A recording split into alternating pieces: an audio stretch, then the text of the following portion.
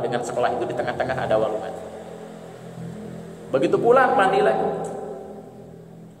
Sekarang sungai, kali itu sudah sangat tercemari oleh sampah. Siapa yang membuang sampah? Manusia. Polusi di air.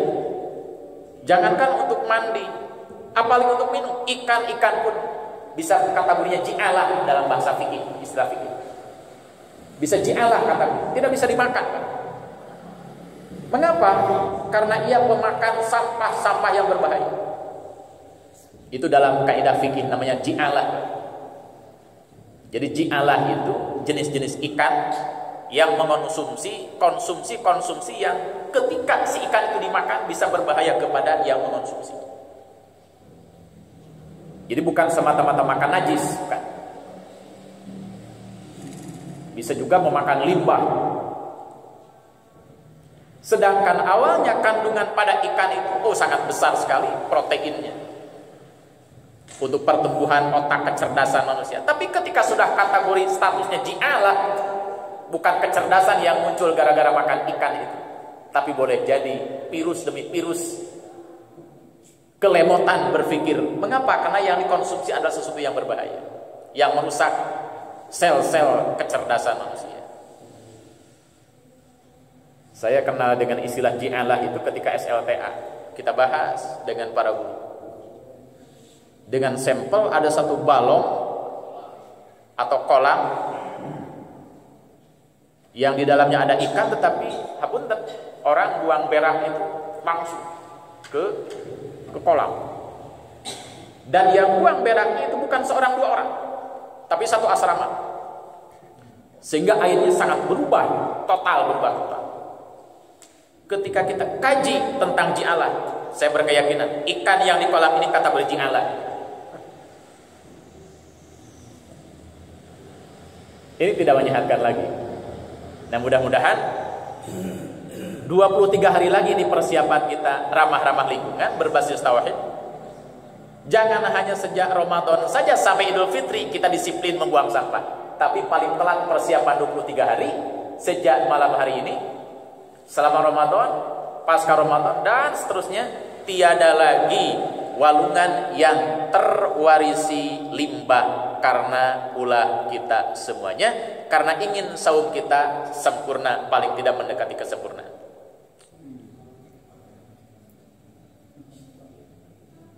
Kalau fikih ibadah saumnya bebas, lancar, tebocor siang bolong, sahurnya tidak telat, awal maghribnya juga tidak terlalu cepat.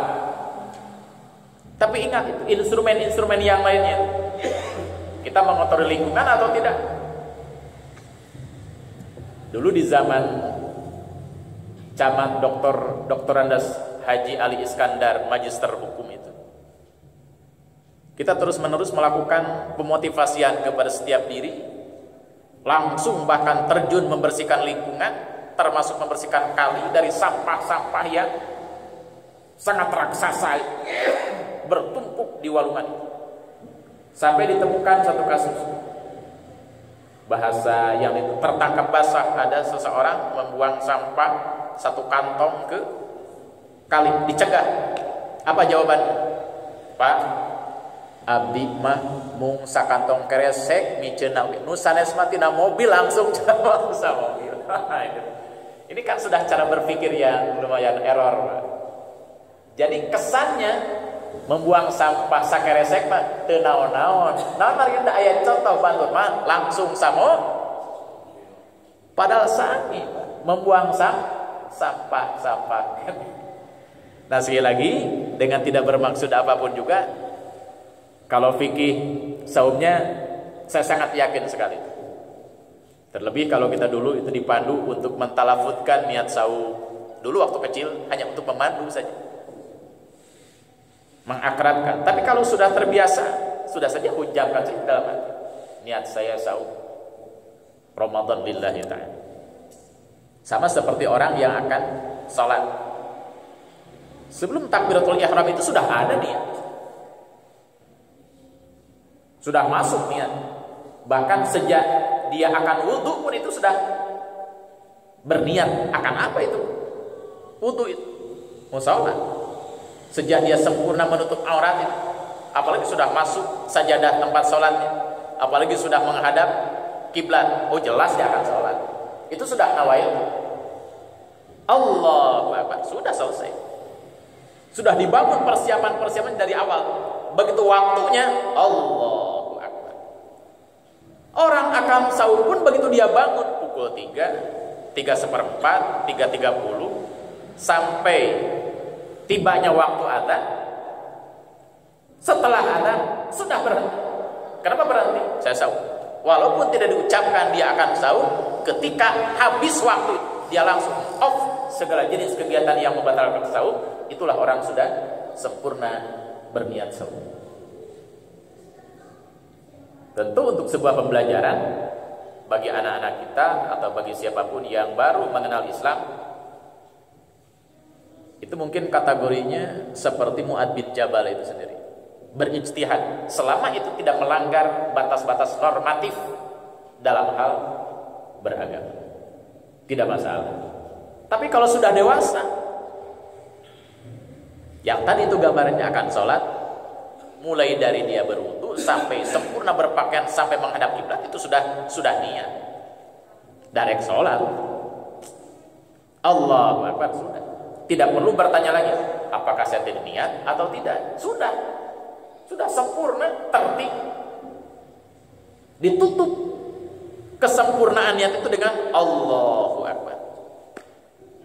Gerakannya pun tidak terkeliru. Oh betul dia. Persiapannya hebat sekali.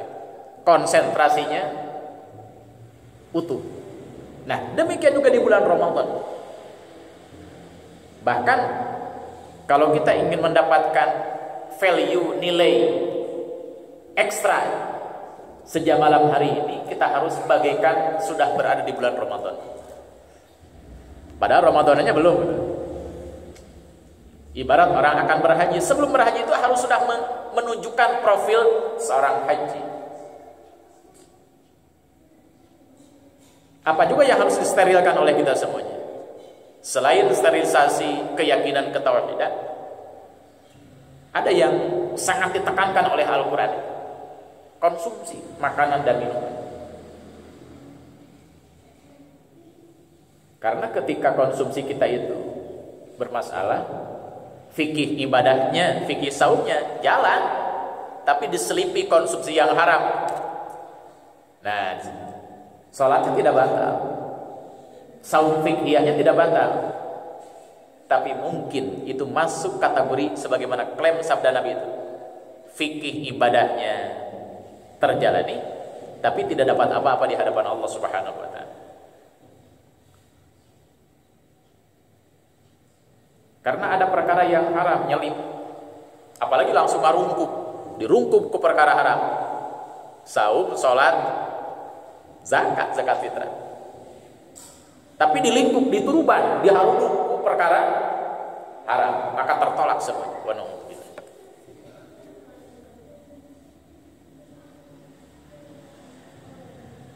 Analogi berikutnya,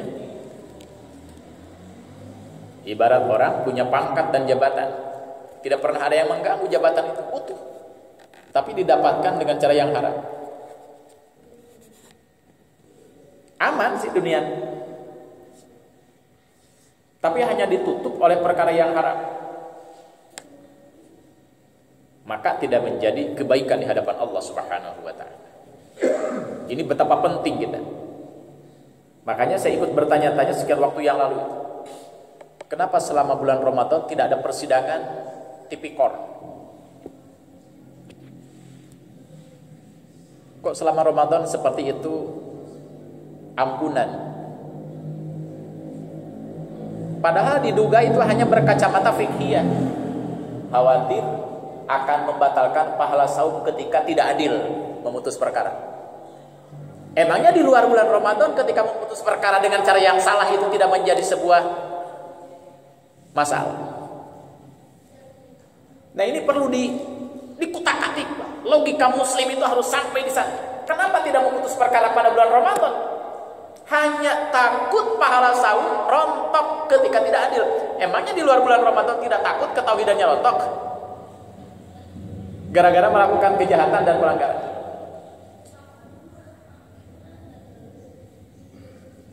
Saya mengkritisi kegiatan di televisi.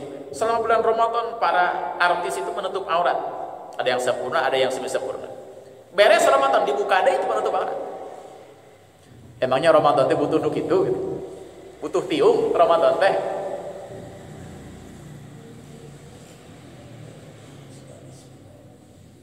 Nah ini jadi banyak Pak. Jadi banyak hal yang melekat dengan kita, kehidupan kita atau berhadapan dengan kita. Ketika kita bebas merdeka berpikir. Kaget. Nah, inilah barangkali kisi-kisi diskusi kita atau kajian kita berikutnya, mau kapanpun juga, sampai kapanpun juga. Kenapa kok dikapling-kapling?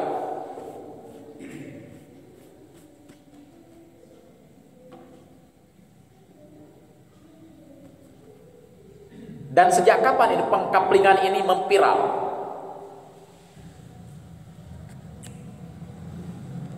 Diduga sudah lama ini. Tapi dibiarkan berlalu begitu saja.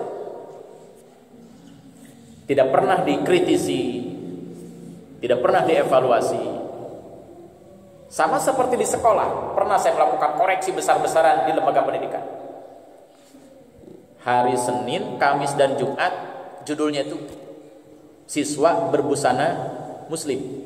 Di luar itu bebas. Padahal mereka sudah dewasa. Loh, kata saya, kenapa jadi begini?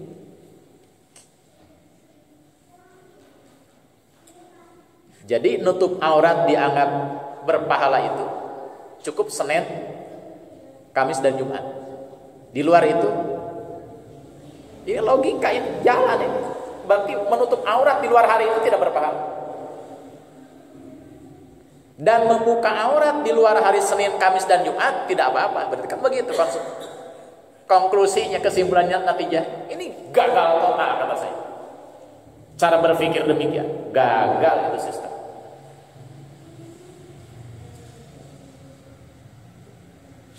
Kok harus dikapling-kapling, dipilihan. Dan itu dengan sadar ditandatangani oleh pimpinan lembaga, dicap lagi, di stempel. Turutan ku baru datang. Senin, Kamis, Jumat, nutup aurat semuanya. Di luar itu merdeka. Kegagalan. Nah, ketika sudah terjadi hal-hal demikian, maka nanti harus ada al-ghuraba, kata Rasul. Siapa al-ghuraba itu? Al-ghuraba adalah alladzina yasluhuna inda fasadinas. Harus tampil orang yang sanggup mengatasi semua masalah itu. Tapi dianggap asing. Dikucilkan, diasingkan, dijauhkan. Al-ghuraba itu penting. Walaupun tidak ada rekomendasi, tapi ini sudah kelihatan ya hasil identifikasi, kerusakan di sana sini. Dibiarkan oleh semuanya, dosa oleh semua yang ditanggung itu dosa. Tampil seorang dianggap pengacau. Mengapa? Keluar dari keumuman. Nah, yang keluar dari keumuman itulah yang dinamakan al-ghuraba. Menentang arus judulnya. Radikal, intoleran.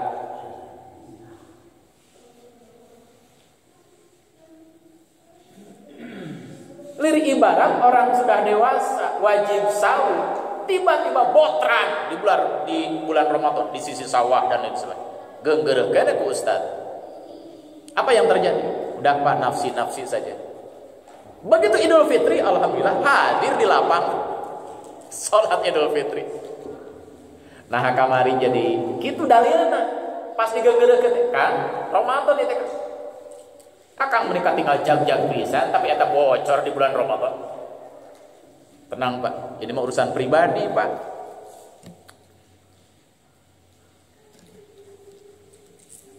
Jadi begitu perjalanan dinamika amar ma'ruf nahi mungkar. Ketika kita kaji sedikit saja dengan sampel-sampel yang tadi, walaupun demikian kondisinya, majelis ini tetap harus ada. Karena sampai detik ini resikonya hampir tidak ada kegiatan taklim kita ini. Hampir tidak ada. Karena masih datar kegiatan kita. Belum ada gerakan bahwa orang yang tidak ngaji disusul ke bumi. Belum ada. Pak Gunawan, berdasarkan data penduduk dari kecamatan, Mas, warga sekitar majelis ini ada sekian orang. Tiap kegiatan, nah nama ini mah tidak ada. Susul ke bumi. Pak punten tadi Bapak tersumping ke masjid. Kunaon, Pak? Loh, Bapak teh ngecek abdi, Pak.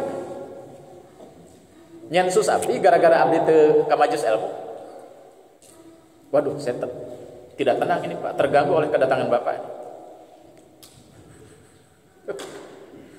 Belum ada kan gerakan kita seperti itu. Belum ada. Tidak ada. Padahal kita hanya sekedar bertanya. Bapak, saya punya data ini dari kecamatan, dari Disduk, bahwa warga di sekitar majelis ini teh ABC sampai Z pangkat sekian. Begitu lihat di absensi kehadiran majelis taklim, hanya beberapa orang saja. Oh, ternyata masih banyak ini yang belum masuk di daftar kehadiran majelis taklim. Saya kesini silaturahim saja. Waduh, ini kalau ada tim, Pak, datang melakukan evaluasi dari absensi kehadiran di majelis taklim, sisanya kita datangi ke rumahnya. Besar pahalanya, tapi diduga lebih awal